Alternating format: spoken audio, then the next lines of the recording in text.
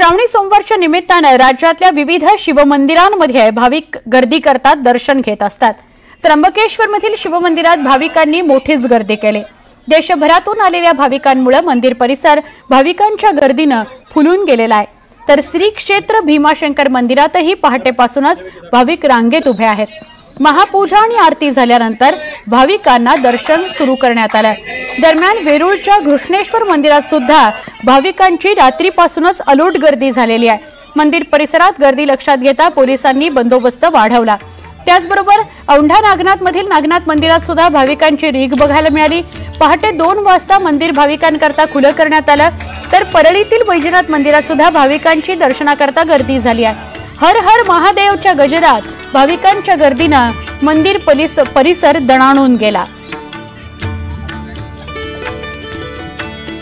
नाशिक, पुणे, संभाजीनगर, हिंगोली, परळी इथली दृश्य श्रावणी सोमवारच्या निमित्ताने।